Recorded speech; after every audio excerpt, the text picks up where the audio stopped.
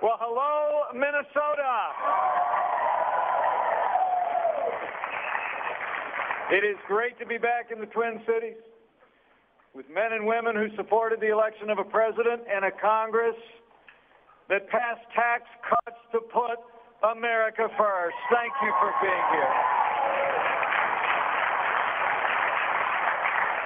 And I bring greetings. I bring greetings from a friend of mine.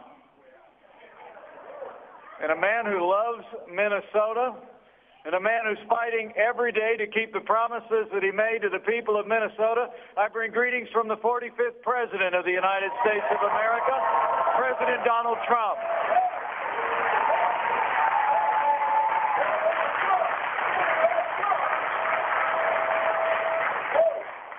And I want to say thanks to a few folks you've already heard from today. First and foremost, thank you to Congressman Eric Paulson.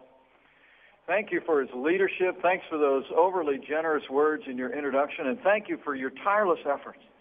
And Congressman Paulson works on the Ways and Means Committee, and he worked to pass these tax cuts into law. And I want to tell the people of Minnesota, Congressman Paulson has been fighting every day, shoulder to shoulder with President Trump to make good on all the promises that we made to the people of Minnesota, and we couldn't be more grateful.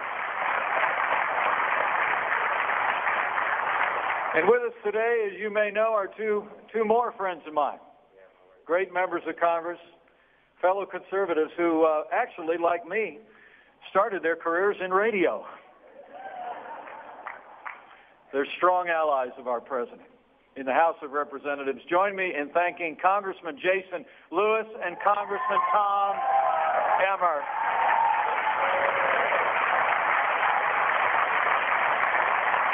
And I got to tell you, Congressman Jason Lewis has supported our president from the very start. He's been fighting alongside every step of the way to advance an agenda that's putting hardworking men and women of Minnesota first. And Tom Emmer is a fighter who's working every day for Minnesota miners and working families to protect your right to explore and to mine the precious metal deposits in Minnesota's Iron Range all across this state. Join me in thanking both of these great just one more time, will you?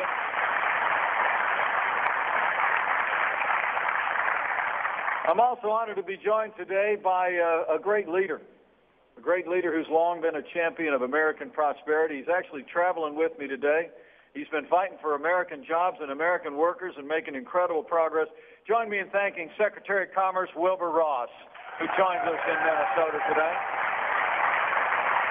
And lastly,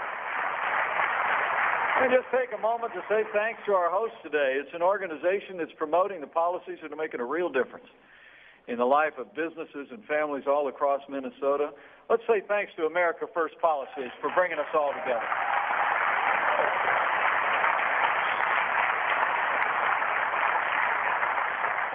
Really, I came here today mostly to say thanks, first and foremost, to all of you. Thanks to the good people of Minnesota for all you've done to not only stand with us in the campaign in 2016, but to stand with our administration every day since. Because of your support, I'm here to tell you, you look over the last year and a few months, it's been a year of action, a year of results. It's been a year of promises made and promises kept.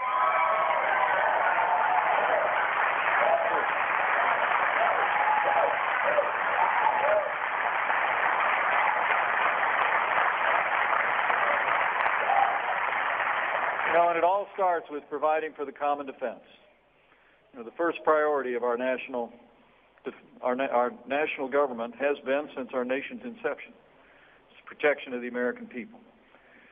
And I'm proud to say Minnesota is home to many great American patriots serving in the armed forces of the United States of America. And we couldn't be more proud. In fact, I'm very honored to be joined today by a group of these heroes from the 934th Airlift Wing of the United States Air Force Reserves. Would you just show these great Americans just how much we appreciate what they do to protect our country every day?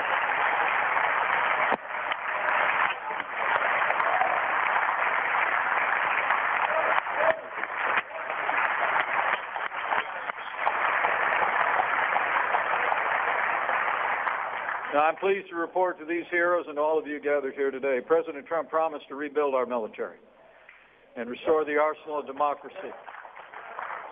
And 5 days ago, he did just that when he signed the largest investment in our national defense since the days of Ronald Reagan.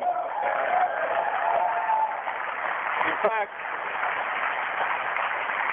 the Commander-in-Chief just gave our troops the biggest pay raise in nearly 10 years. And under President Trump, the era of budget cuts of our armed forces is over.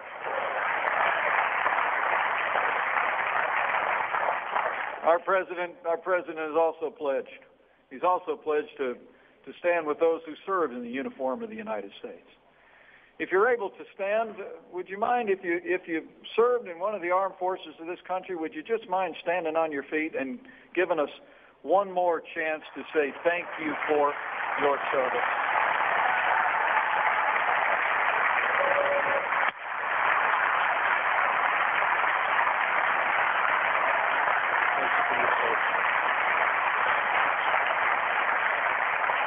President Trump and I have been working hard with these great leaders in the Congress to make sure that we give our veterans access to the world-class health care that they earned in the uniform of the United States of America, and we're doing just that. President Trump also promised to stand with the men and women who serve on the thin blue line of law enforcement, and I'm proud to report to you that we are once again we're giving the men and women in law enforcement the resources and the respect that they earn and deserve as they protect our families every day.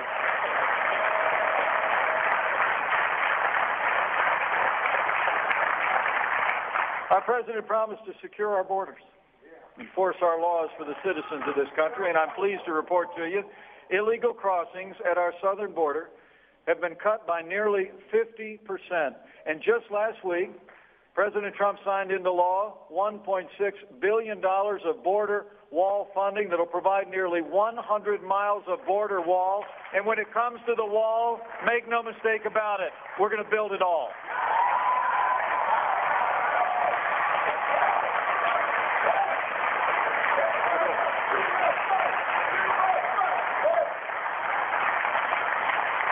And our president also promised to appoint strong conservatives to our federal courts at every level. We've been busy doing just that. The president appointed Justice Neil Gorsuch to the Supreme Court of the United States.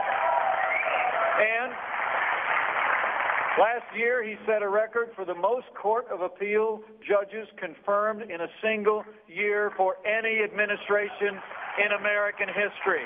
And they're conservatives all.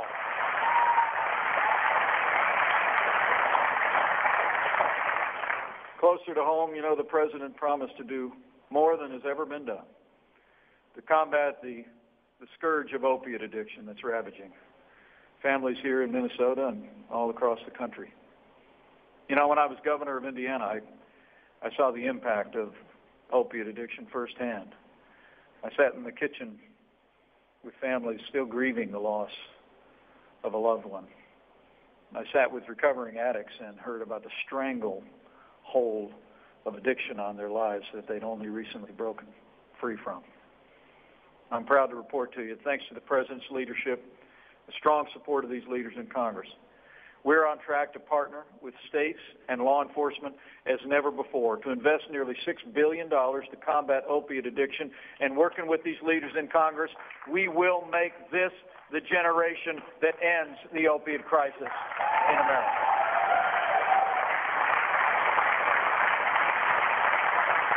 Finally,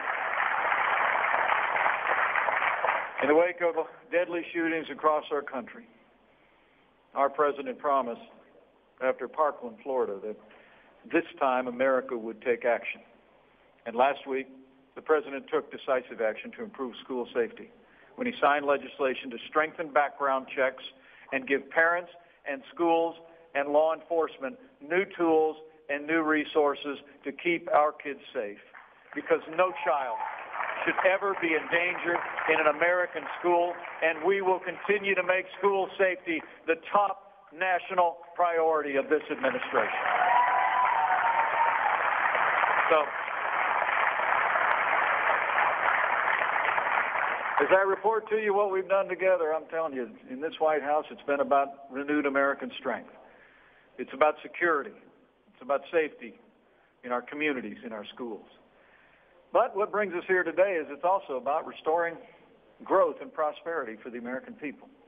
And since day one of this administration, this president's been keeping his promises to rev the engine of the American economy, and it's working.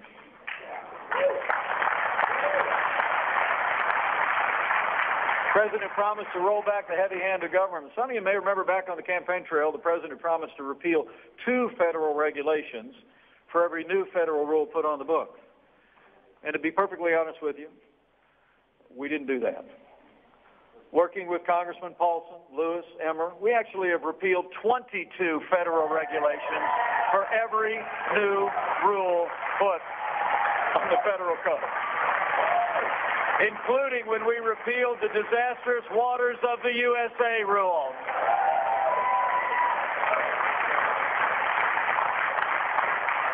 We promised to unleash American energy. And early on in this administration, we approved the Keystone and Dakota pipelines. We rolled back the Clean Power Plan. And President Trump put America first when he withdrew the United States from the job-killing Paris Climate Accord.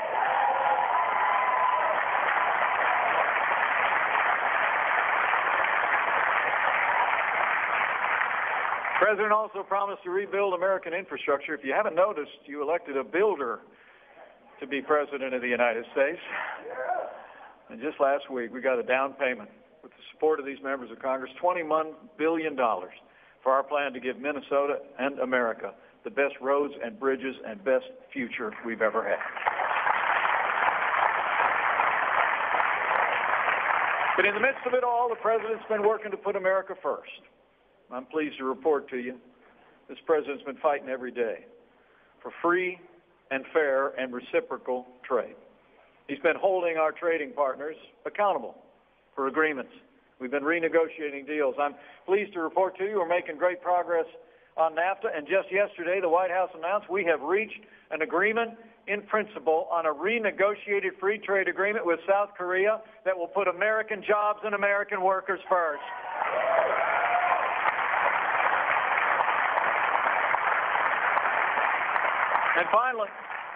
And finally, what brings us here today, our President, on that campaign trail, promised to cut taxes across the board for working families, businesses large and small, in the city and on the farm. And just more than 3 months ago, with the strong support of these leaders in the Congress, President Donald Trump signed the largest tax cuts and tax reform in American history. That's promises made and promises kept.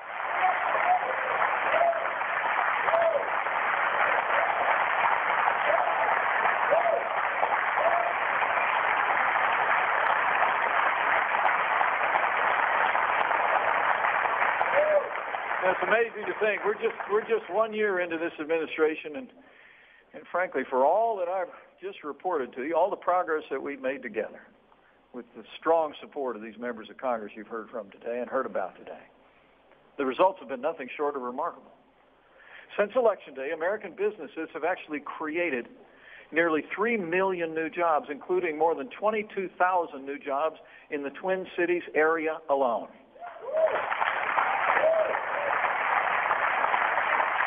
The unemployment rate in this country hasn't been this low in 17 years, and in 2017, unemployment in the Minneapolis area fell by nearly 20%.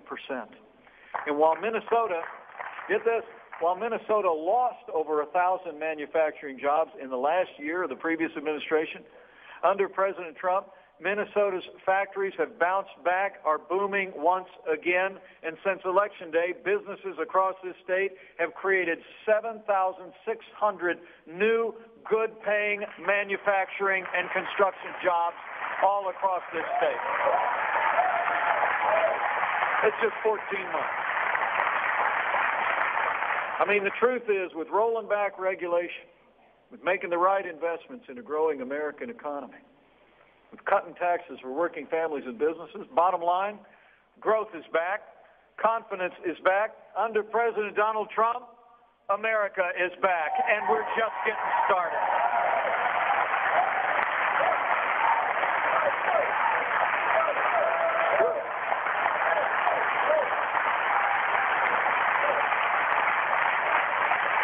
But,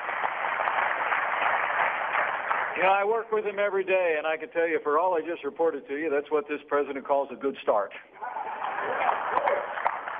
He is relentless. And the truth is, we believe the best days for American growth are yet to come, because the truth is, most of the tax cuts are just starting to make a difference. I mean, we cut taxes for Minnesota's working families. You keep more of your hard-earned money. We cut taxes for Minnesota's businesses, so businesses in this state can now compete and win against businesses anywhere in the world with a lower tax rate. If you didn't notice it, we also cut out the cornerstone of Obamacare. The individual mandate is gone. It's off the books. You know, when you add it all together, all told, we think these tax cuts will save the typical family of four here in Minnesota about $3,000 a year in your taxes. And we think they'll unlock new opportunities for businesses to reward employees with higher wages, bigger bonuses, and better benefits. The truth is, they already are. In fact, we think once all our tax cuts go into effect, that workers here in Minnesota are going to see raises of more than $4,500 a year in the years ahead.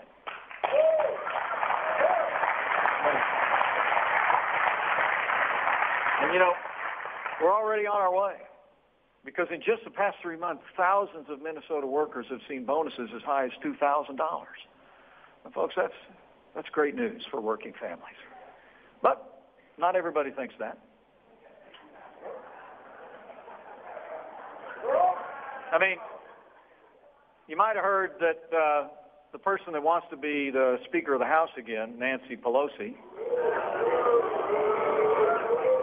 when she heard about families getting $1,000 at the end of last year after the president signed those tax cuts, she actually said a $1,000 bonus for working families was nothing more than crumbs.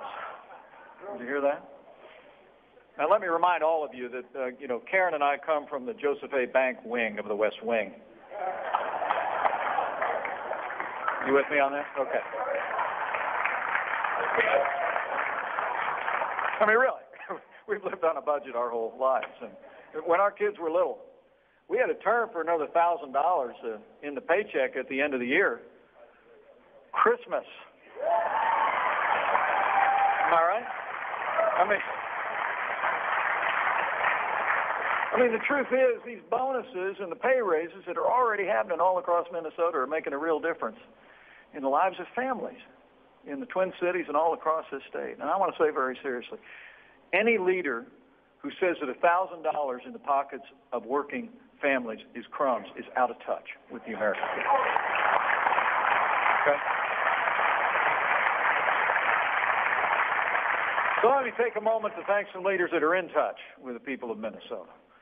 These are great leaders in Congress. I mentioned them before, but I got to mention it again because they were champions of everything that I just described, most especially those tax cuts.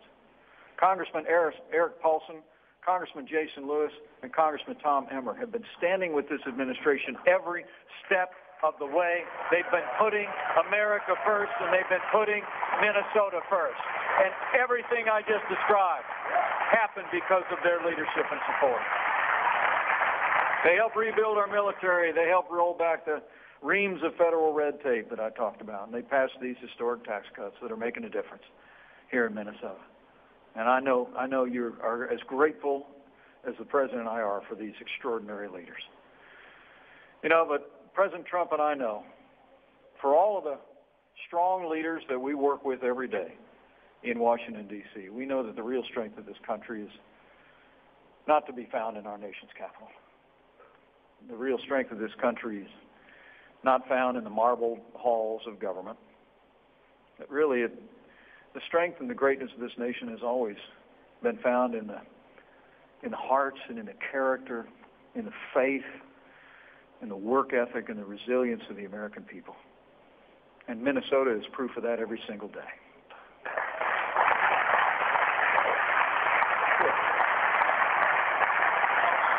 mean, the hardworking people of Minnesota have always embodied the American spirit.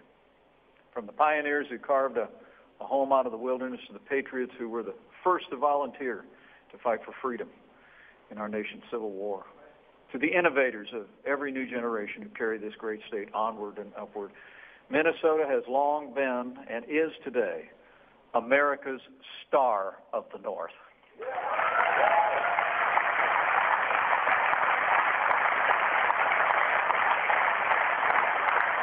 And that star is helping to lead our nation to a better and brighter future. Today, Minnesota is at the forefront of a great American comeback. You really are. But folks, that comeback has only just begun. And I came here today not just to say thanks, not just to give you a report, but also to tell you that we need your continued support to move the President's agenda forward. So as I close, let me say I'm very humbled that you take time to come out today to see me, and I want to thank each and every one of you for being out. It's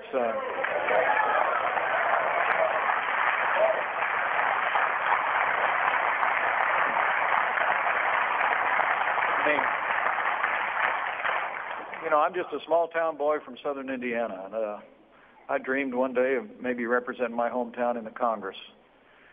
I had the opportunity to serve my state as governor, but I never imagined this grandson of an immigrant would have the opportunity to stand before you as Vice President of the United States of America. And I thank you.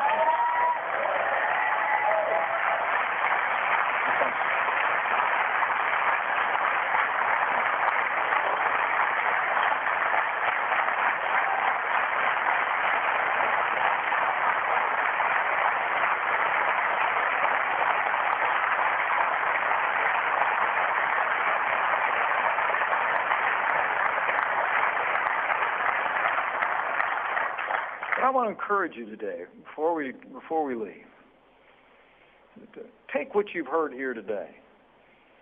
Keep doing what you did when you made the decision to come out on a Wednesday afternoon or morning. Stay engaged as citizens. Take the energy that, frankly, I've seen in this room this morning, and carry that out from here. Because the truth is that we've got our work cut out for us in the days ahead to continue to move this agenda forward. I mean, in every real sense, I encourage you to let your voice be heard. I always believe that, all the cable television networks in the world, all the internet websites in the world, all the mail pieces and TV commercials, don't matter a hill of beans when somebody who knows you and trusts you hears from you about how important it is to support this president, support this agenda, and support the people that are working with us every day. So go tell somebody. Leave here and tell somebody. I mean, reach out to coworkers and neighbors, friends at your place of work, places of worship. I mean, I truly do believe that word of mouth is now and will always be the most powerful medium in America. So I just encourage you to go out and tell somebody what you heard. I mean, say, I ran into Mike the other day.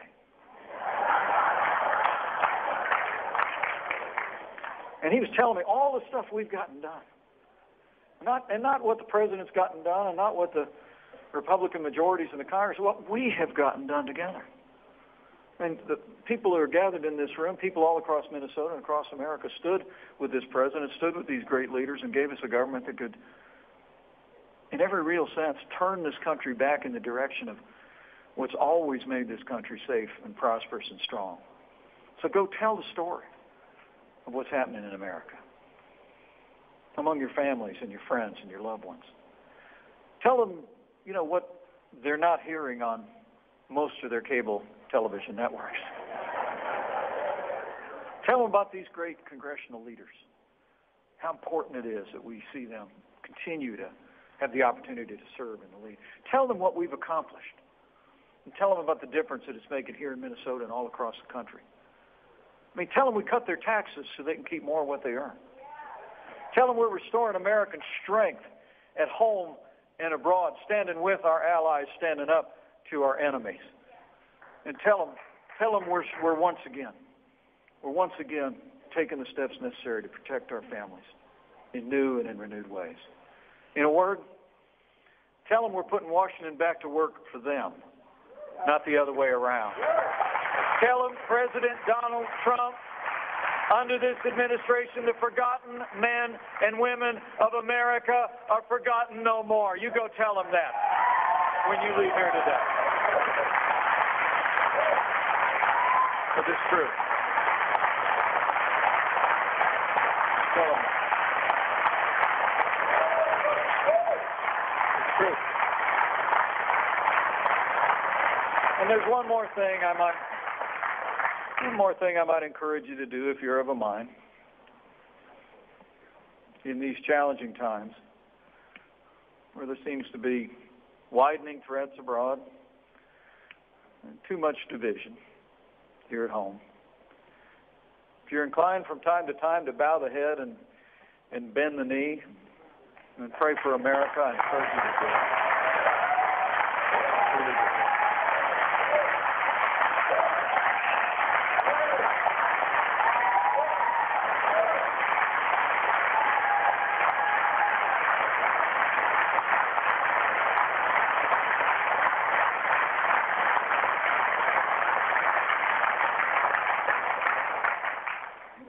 And when you pray, I'm not so much saying pray for a cause or pray for any particular candidate or party. I'm just saying pray for America, because America matters.